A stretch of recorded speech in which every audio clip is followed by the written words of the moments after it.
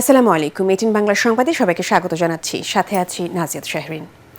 18 বছরের নির্বাসিত জীবনের অবসান ঘটিয়ে রাতে স্ত্রী ও কন্যাকে নিয়ে লন্ডন থেকে ঢাকার উদ্দেশ্যে রওনা হচ্ছেন বিএনপির ভারপ্রাপ্ত চেয়ারম্যান তারেক রহমান। স্মরণকালের সবচেয়ে বড় গণজামায়াত ঘটিয়ে দলের শীর্ষ নেতার স্বদেশ প্রত্যাবর্তনকে ঐতিহাসিক স্মরণীয় করে রাখতে সব প্রস্তুতি শেষ করে এনেছে বিএনপি। বিমানবন্দর থেকে পূর্বাঞ্চলে 300 ফিট এলাকায় সংবর্ধনায় যোগ দিয়ে দেশবাসী আর নেতাকর্মীদের ধন্যবাদ জানাবেন তারেক রহমান। সেখান থেকে এভার কেয়ার হাসপাতালে চিকিৎসাধীন মাকে দেখতে যাবেন তিনি। তারেক রহমানের স্বদেশ প্রত্যাবর্তনে বিস্তারিত জানাচ্ছেন মহিনুল হাসান। সাজিয়েছি দেশ লাল সবুজের পতাকা তলে, তুমি ভরসা জনতার বাতিঘর। মাতৃভূমিতে ফিরে আসা দেশের মাটিকে স্পর্শ করার অপেক্ষায় এখন উৎসব আমেজ জিয়া পরিবারে। গেল কয়েকদিন ধরে সামাজিক যোগাযোগ মাধ্যমে জিয়া পরিবারের তৃতীয় প্রজন্ম তারেক রহমান, ডাক্তার জুবাইদা দম্পতির একমাত্র সন্তান জাইমা রহমানের পোস্টের সেই উচ্ছ্বাস ছুঁয়ে গেছে গোটা দেশবাসীকে।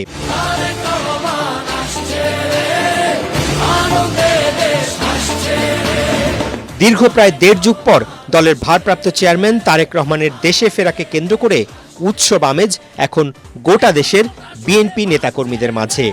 সবকিছু ঠিক থাকলে বৃহস্পতিবার দুপুরের দিকে সপরিবারে ঢাকায় অবতরণ করবেন তারেক রহমানকে বহনকারী বিমান।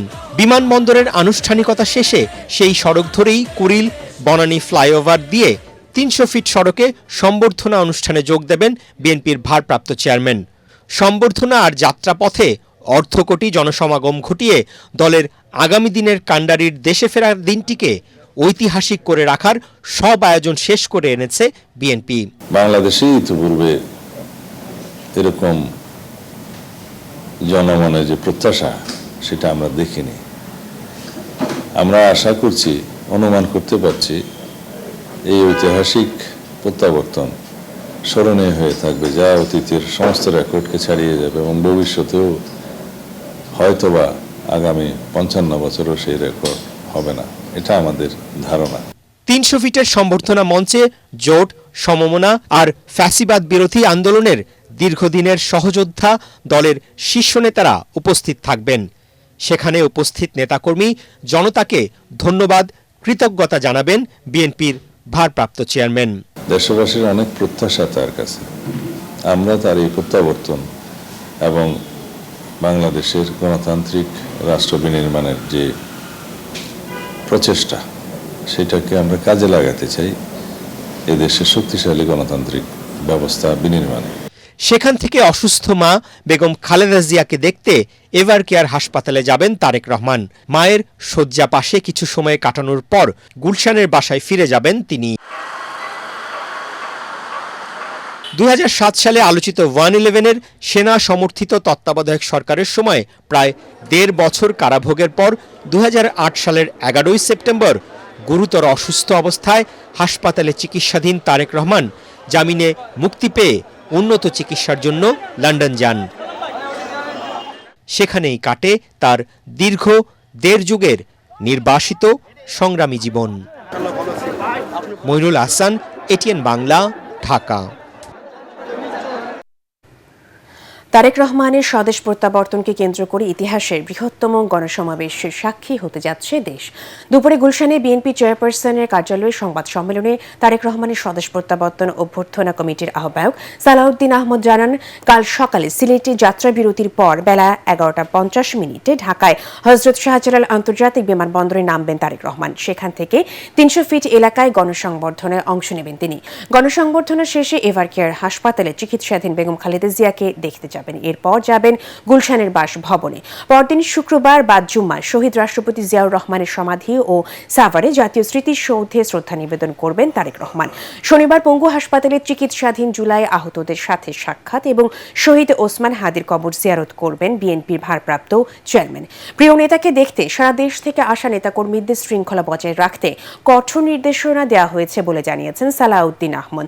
দেশবাসীর সহযোগিতার চেয়ে জনদুর্ভোগ ও সাময়িক অসুবিধার জন্য আগাম দুঃখ প্রকাশ করেন তিনি। এ সময় তার প্রধান নিরাপত্তা কর্মকর্তা অবসরপ্রাপ্ত ব্রিগেডিয়ার শামসুল ইসলাম জানান, তারেক রহমানের নিরাপত্তায় সব ধরনের সহযোগিতা করছে সরকার। যতটুকু নিরাপত্তা ঝুঁকি আছে এর চেয়ে বেশি প্রস্তুতি আছে। আমি দেশবাসীর প্রতি কৃতজ্ঞতা ও ধন্যবাদ প্রকাশ করতে চাই। তারা আমাদের অভ্যর্থনা আয়োজনের প্রতি যে অকুণ্ঠ সহযোগিতা প্রদর্শন করেছেন সেটা অবিস্মরণীয়। একই সাথে আন্তরিক ক্ষমা প্রার্থনা করতে চাই যে প্রিয় নেতার স্বদেশ প্রত্যাবর্তনের এই ঐতিহাসিক আয়োজনকে বাস্তবায়িত করতে দলের পক্ষ থেকে অনিবার্য, অত্যাবশ্যক এবং ন্যূনতম যে সকল কর্মসূচি গৃহীত হয়েছে সেজন্য সৃষ্ট অসুবিধা ও কষ্টের জন্য। জনাব তারেক রহমান এমন কোনো কর্মসূচিকে সমর্থন করেন না যা জনদুর্ভোগের কারণ সৃষ্টি হতে পারে। তিনি ইতিমধ্যে লন্ডন হিথ্রো বিমানবন্দরে প্রবাসী নেতা, কর্মী, সমর্থকদের উপস্থিত হতে নিষেধ করেছেন। বাংলাদেশেও আমাদের কোনো কর্মসূচি যেন জনদুর্ভোগের কারণ না সৃষ্টি করে। আমরা তার নির্দেশনা পালনের আন্তরিক শত চেষ্টা সত্ত্বেও সেটা হয়তো 100% প্রতিপালন করতে পারিনি। শরিক 7টি দলের সাথে নির্বাচনী সমঝোতা করে 8টি আসনে ছাড় দিয়েছে বিএনপি। চেয়ারপারসনের কার্যালয়ের সংবাদ সম্মেলনে বিএনপি মহাসচিব মির্জা ফখরুল ইসলাম আলমগীর এই ঘোষণা দেন।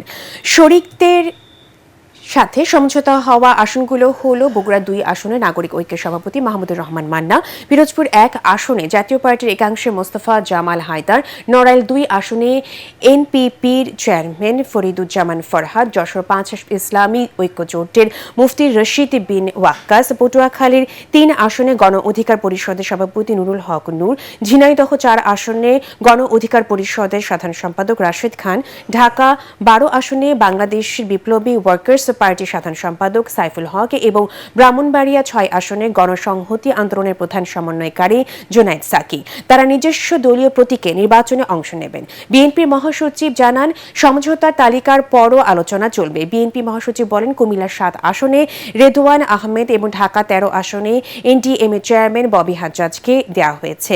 রেদওয়ান আহমেদ ও ববি হাজ্জাজ বিএনপিতে যোগ দিয়ে ধানের শীষ প্রতীক নিয়ে ভোট করবেন।